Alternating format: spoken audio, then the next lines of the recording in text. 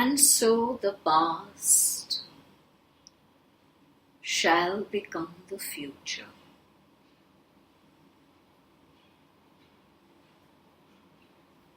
And so it shall be,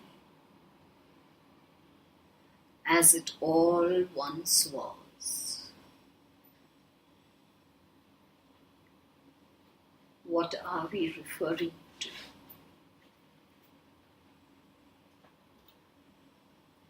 When man first took form,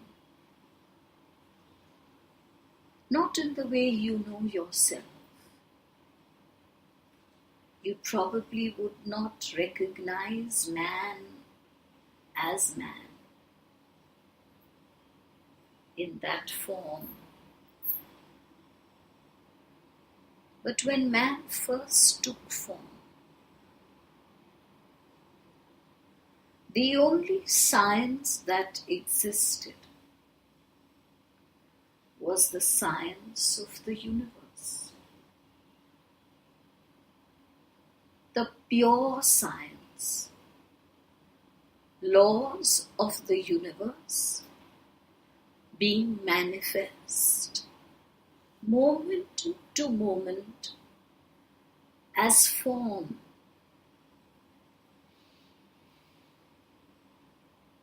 There was very little disconnection. Form knew that it was light in form.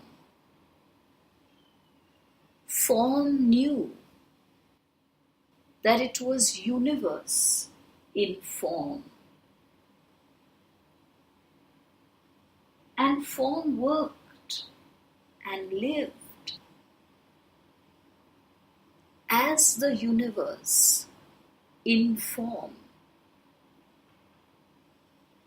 And so all science was what you today would broadly call spirituality. For form lived in form, but functioned as spirit.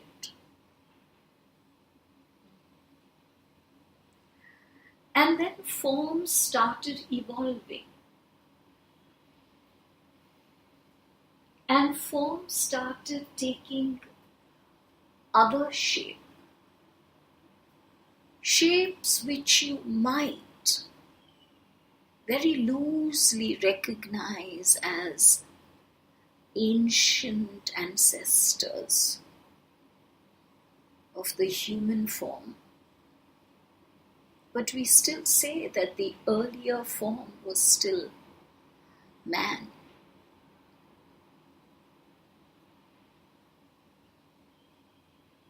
And as form evolved,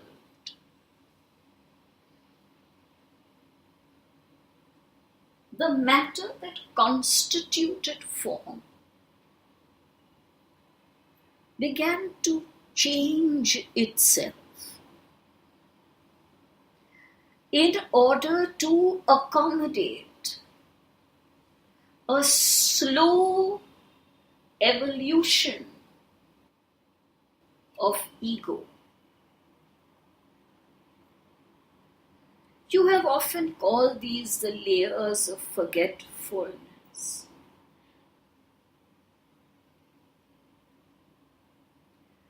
As layer upon layer of ego state continued to develop, form continued to change. For each form had to be of a certain type, weight, and denseness in order to allow the increasing layers of ego to live within form, to function within form. But with this evolution, spirit remained constant. And from that moment when man first took form in an existence you would not even recognize, to now, when you might see yourself in a mirror, spirit has remained constant.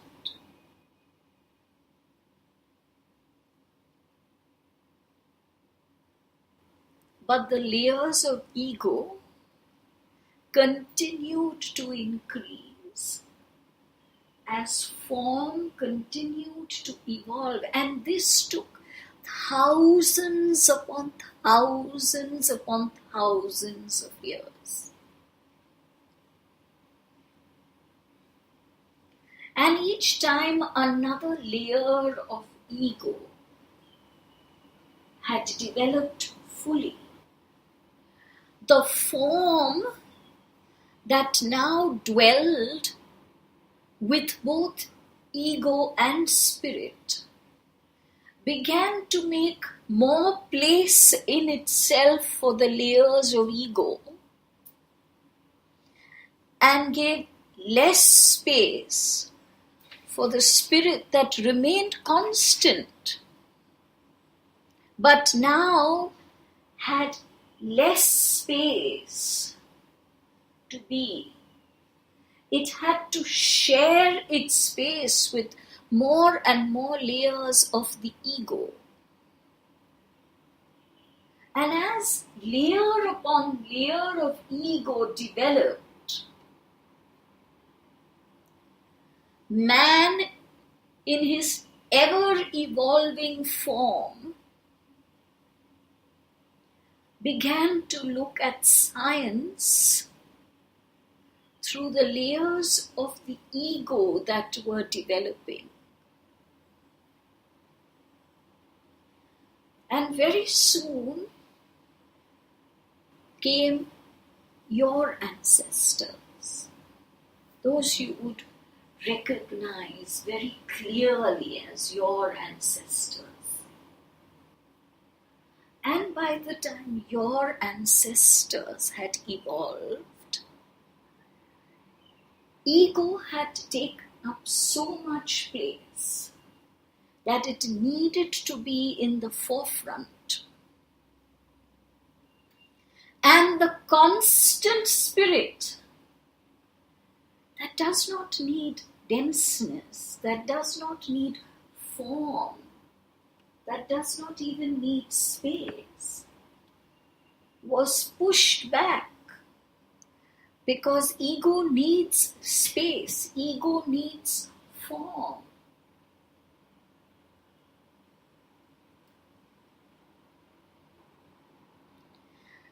And ego looked at science very differently. Because as ego looked outwards, it looked at all that is dense around it.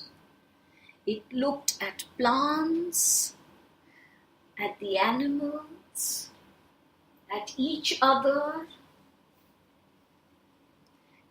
and did not see that there was far more similarities and far fewer differences. But because ego focused on all that was different, the science that it began to follow was the science of separation. Look around you in this room. Yes, you shall see that each one of you looks completely different. But wait,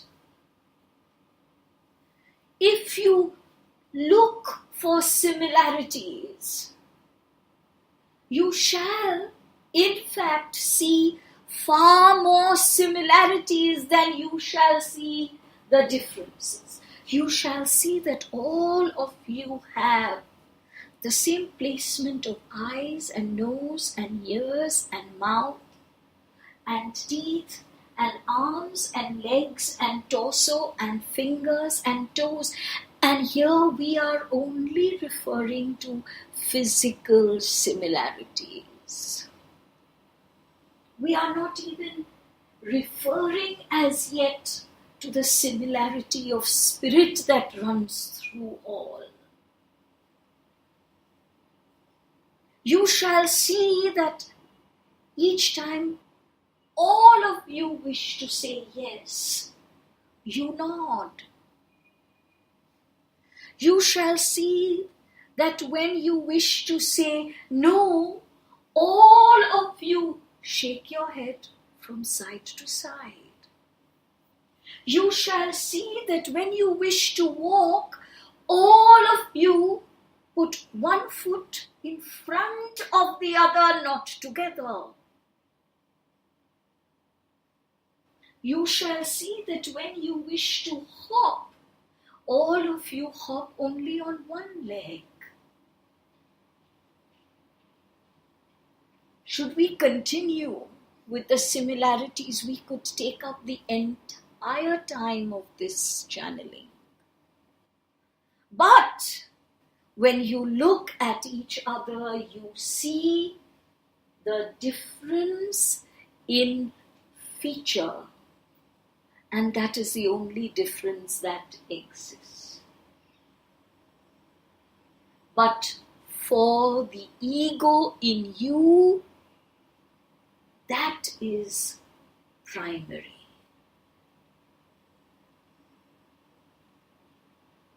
And so evolved the science of separation. All ancient sciences, for example, astrology, for example, palmistry, for example, ancient medicine, and we use the word ancient, for if we use the word medicine, which it should rightfully be called by, you would at once think of your chemical usage. All ancient sciences were sciences of the spirit.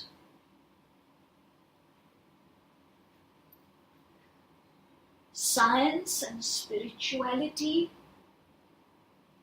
had no difference. The spirit within showed the scientists the spirit that lay out. They looked at themselves and at each other and the earth around them, and they saw how each one functioned. And they looked at the universe and they found the same functioning there. They looked at the universe and found that the sun rose and shone its light each morning, and by sunset its light had dimmed. And they found that in the human body, the eyes opened to light at the same time as the sun rose, and the eyes closed to light at the same time when the sun's light dimmed.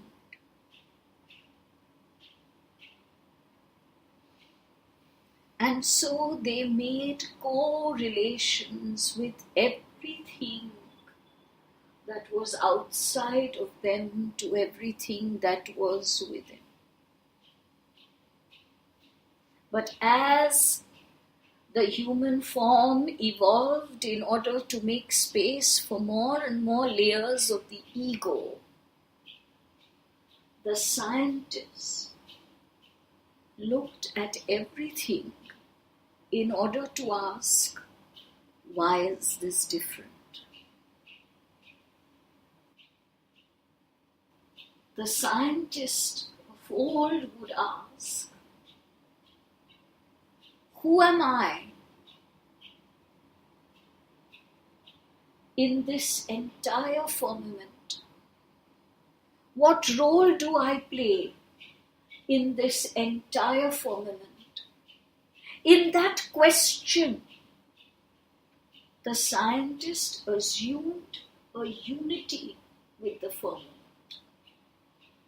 Today's scientists will ask, what is this world?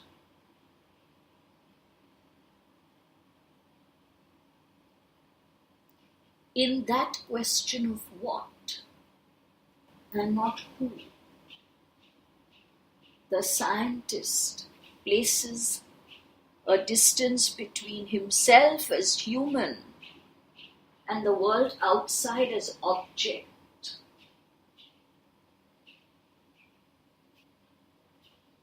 The separations that you see all around you, the separations that you are caught in, even though you try very, very hard to keep remembering the unity,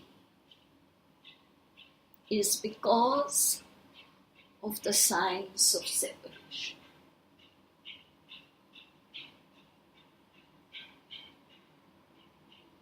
When a child of 5 is taught about the water,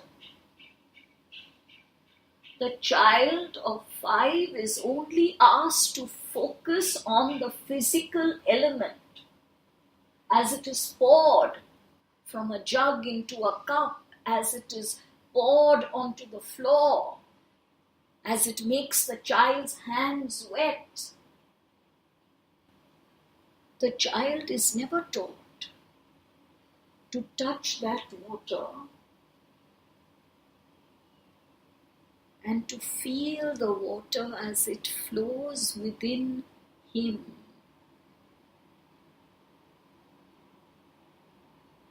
And so forever, the water will always be an element outside of him, separate from him. Even though that same science might teach him that his human body is over 60% composed of water, he shall still believe and see the water as separate.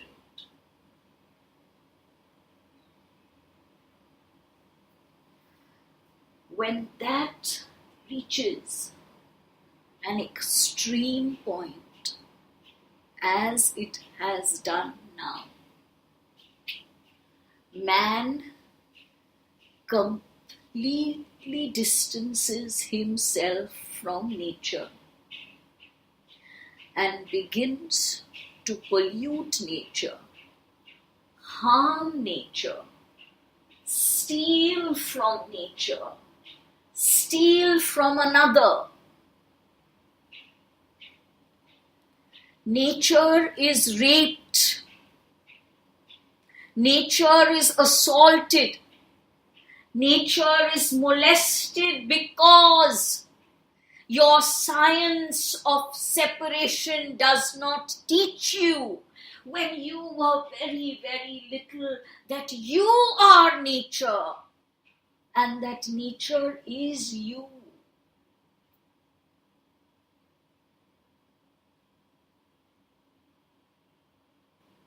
And then you wonder about global warming and melting glaciers and tornadoes and tsunamis and earthquakes.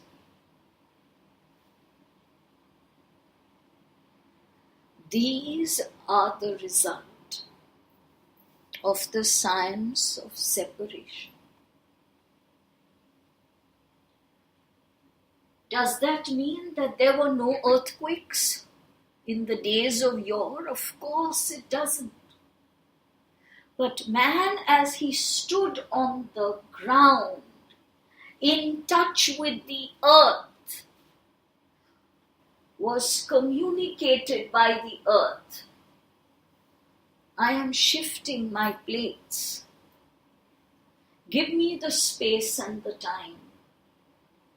And man, in full respect, knowing how he needs to shift from time to time, would move away and allow the earth to shift before returning once the earth had stabilized. And there was no loss of life and no loss of property and no calamity. It was a geological event, not to be feared, completely understood, because man would know how his body was changing from the summer to the winter.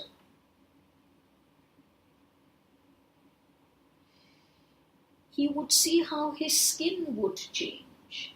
He would feel the change in hair.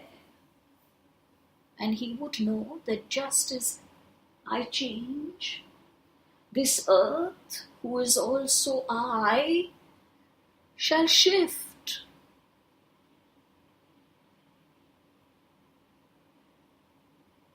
So why do we tell you this? The time is very close now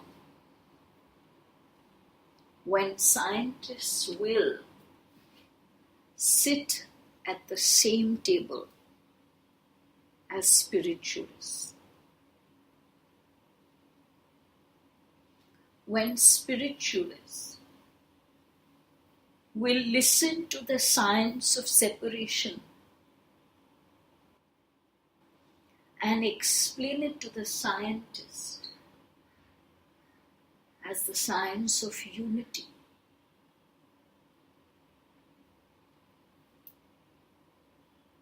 When the scientists shall stop asking what and shall ask who.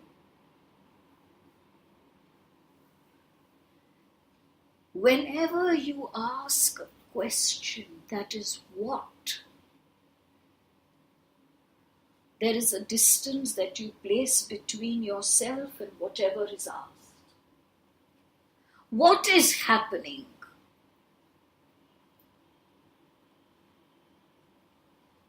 Shows that you are distinct from that event. And whenever you are distinct from that event, you shall either be perturbed or you shall be delighted.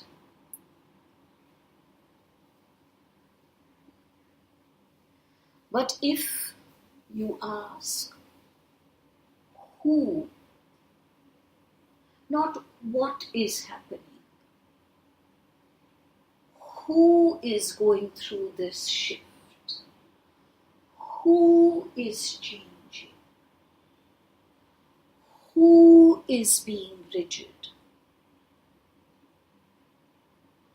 you shall find that the answer in its final understanding shall always be the constant I.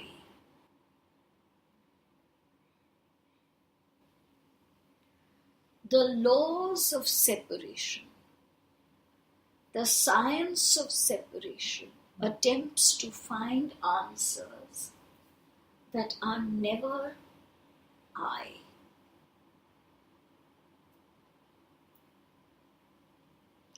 And all of this was essential.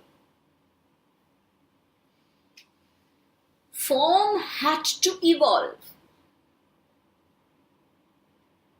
And form had to make space for ego.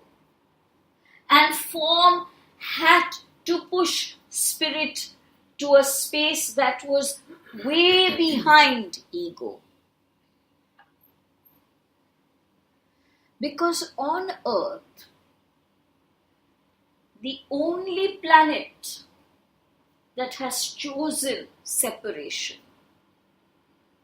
On Earth, the science of separation had to first be understood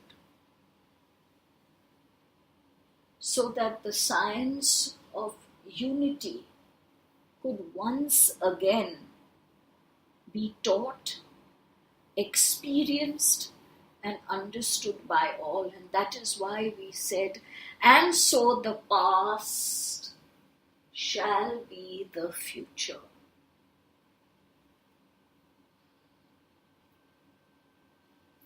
The human form is continually evolving.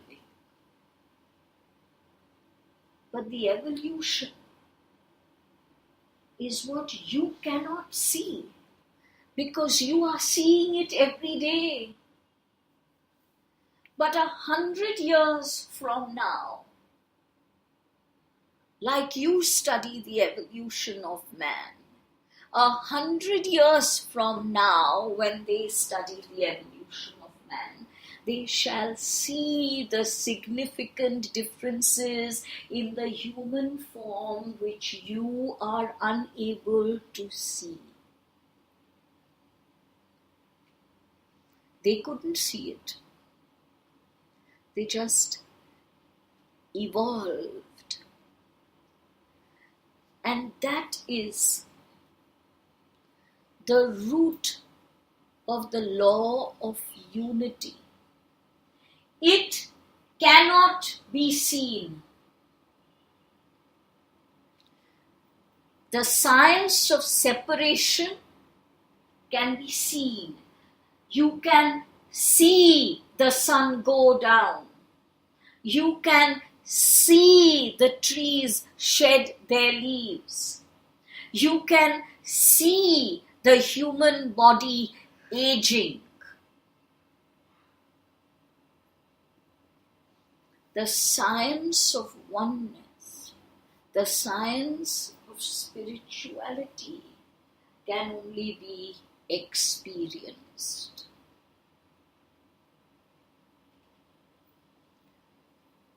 So you do not focus on the sun that is going down. You focus on how you are responding to the sun that is going down. And if your response makes you feel unhappy, then you change it here.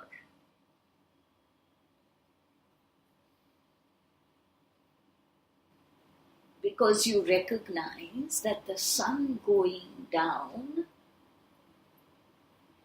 is not separate from you.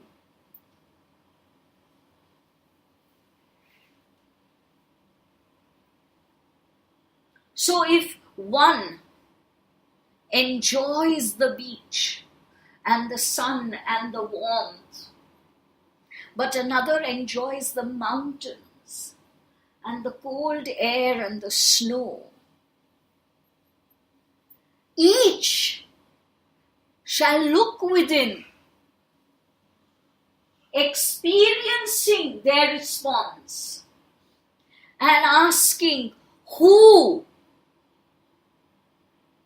is experiencing this shift.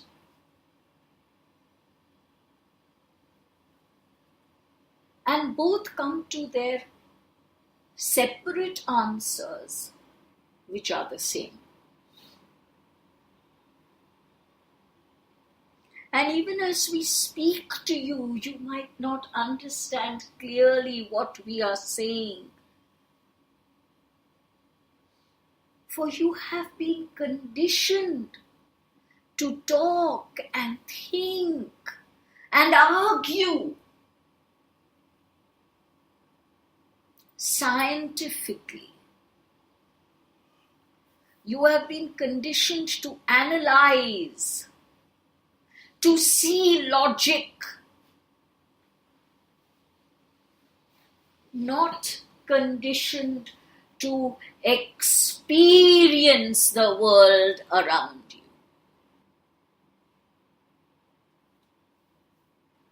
So again, the same question, why are we telling you this? Because you are the ones who can change this conditioning, not of yourself. The science of separation is too well embedded within. In spite of that, you have opened yourself to experiencing the science of oneness. And out of this experience, you can change the conditioning of the children you influence. So it is important to tell this to adults, so that you might not stop teaching your children the science of separation, but you might ensure that as they are taught that, they are taught the vital truth of the science of oneness, so that when they learn a physics law in school and return home, the parent or the grandparent can make them experience that law within themselves. And if you can do that, that child shall have mastered science. That child shall never have to learn it, for the child shall experience it constantly.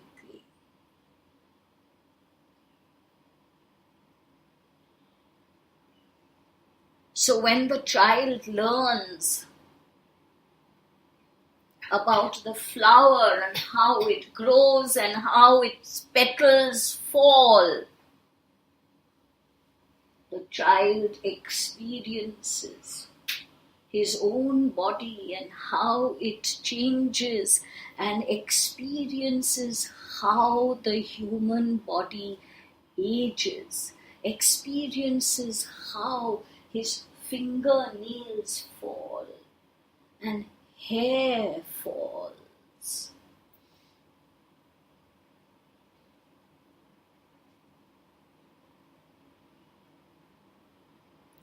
And that is why we talk to you today. It must be now a devout duty of every adult. There is still a little more time before your scientists agree to come to the same table. There are a few who are. Nay, there are many who are. There are many doctors who are choosing to learn alternate therapies and are treating their patients with both. There are psychologists who question the human mind through analysis and logic, but are healing that same human mind by means of energy. So the shift has already begun. But there are a few hard nuts still to be cracked. Let us not focus on those. And let us certainly not scorn them or treat them with contempt or believe that the science that they propagate is false, for it is not. It might be incomplete and one-sided, but it is not entirely false. So till such time as science and spirituality come to the same table and decide that there shall be no separate terms. For truly this universe is based upon science. This universe is very, very scientific. It has laws that it functions within the boundaries of. But these laws are the laws of spirit. And these laws evolve as spirit evolves.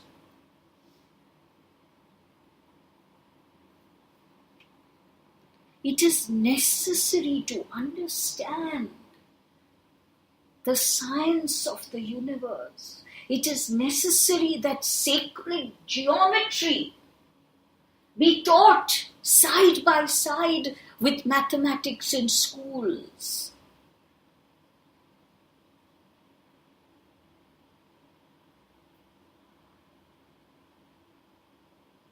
But again, that is some time away. Don't wait for that time. You start upon your devout duty now. Who are the children that you can influence?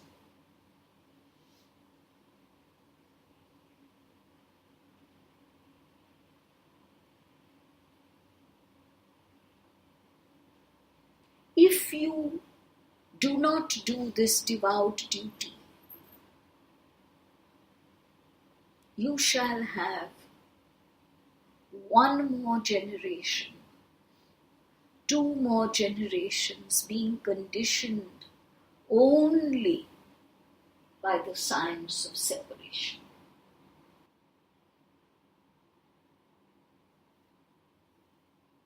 Teach them that the fire that rages outside and can either warm or destroy is experienced within as the rage that destroys, but as the warmth that motivates.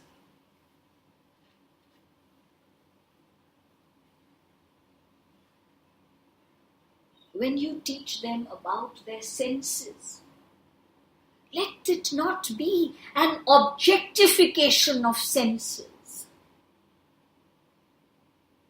Teach them to look and see that everyone around them has the same eyes, and that the joy is that when you look into another's eyes, you only see yourself. This is a science, the science of sight. But who has taught this? You teach them green eyes, blue eyes, black eyes, and brown eyes, once again making distinction. You teach them short and tall and fat and thin, and the worst of all, ugly and beautiful. And in that, you teach them that some are ugly and some are beautiful.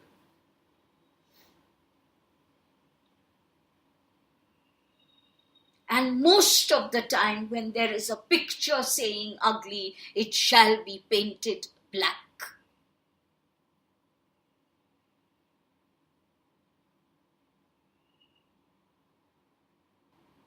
You believe you are teaching them adjectives. You forget that what you have done is given them a life lesson that they shall not forget.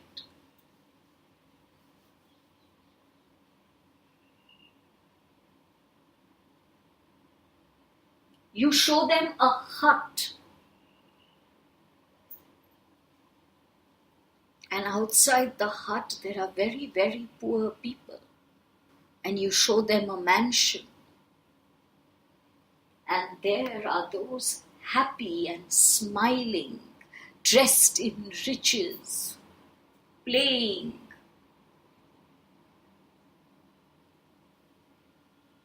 You have shown them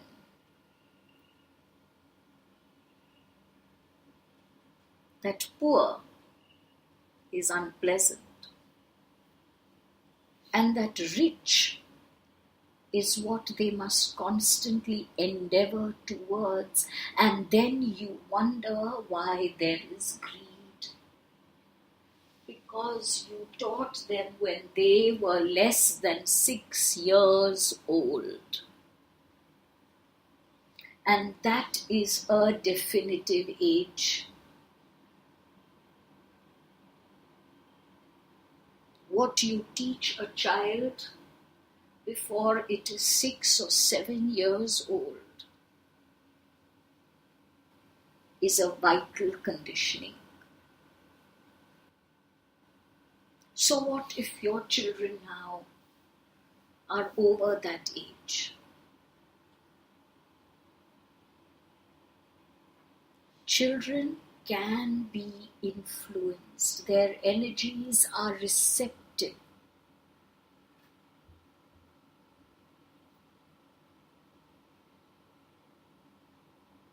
But it needs someone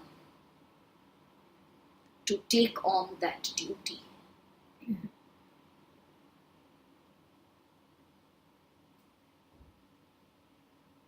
Why must we teach our children that Jack fell down and broke his crown and Jill came tumbling after? Why can we not teach them that Jack fell down and broke his crown and Jill was there to nurture him back to health?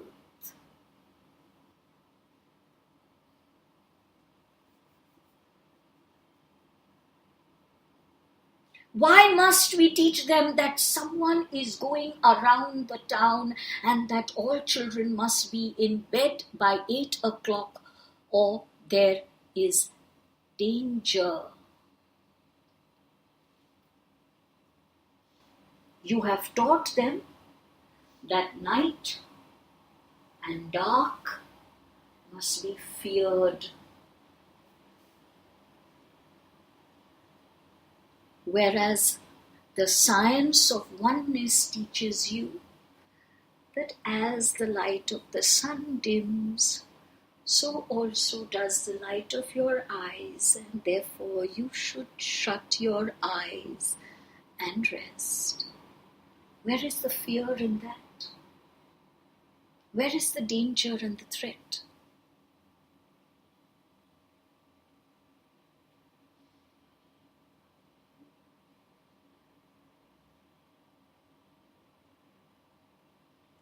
Read your nursery rhymes. Read your fairy tales again. See what you are teaching them. You are teaching them greed and deceit and dishonesty and fear and threat.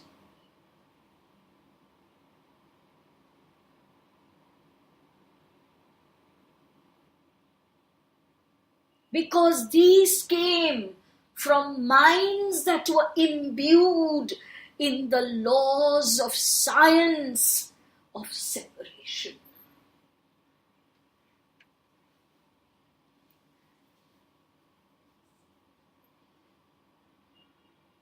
You can teach your children about sex. You can teach them about death. These are not taboo subjects that a child must be protected from. It is when you taboo that there is rape. that those who are passing over are in such acute dread. Teach them that sex and death is a joyous part of life. Show them how the bee woos the flower and sucks upon its sweetness. But in that, there is another flower that grows. And then sex becomes an act of sweetness and growth and joy.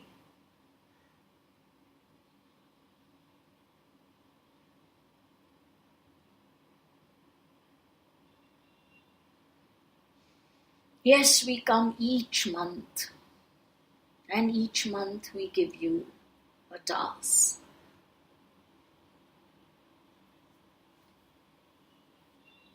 But that is because time as you know it is running out.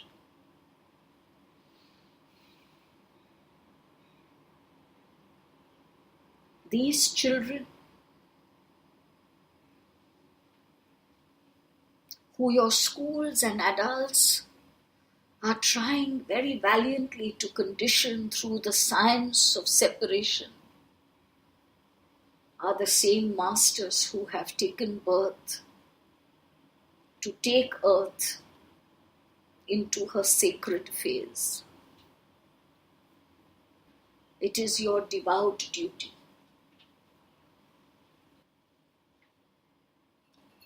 to allow spirit to take the front row, and the layers of ego to follow the dictates of spirit.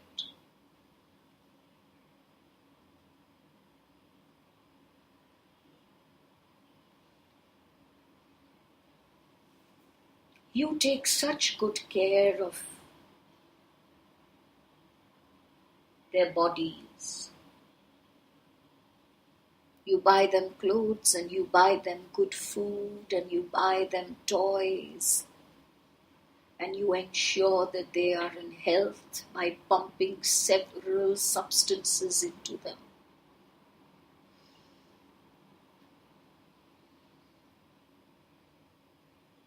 But you forget that all of that would be looked after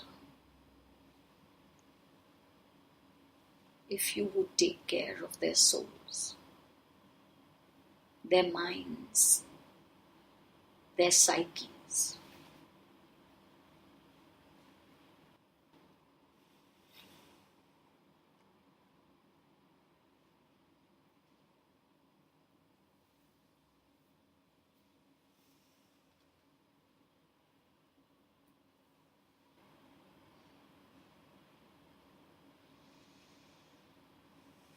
Greetings of light.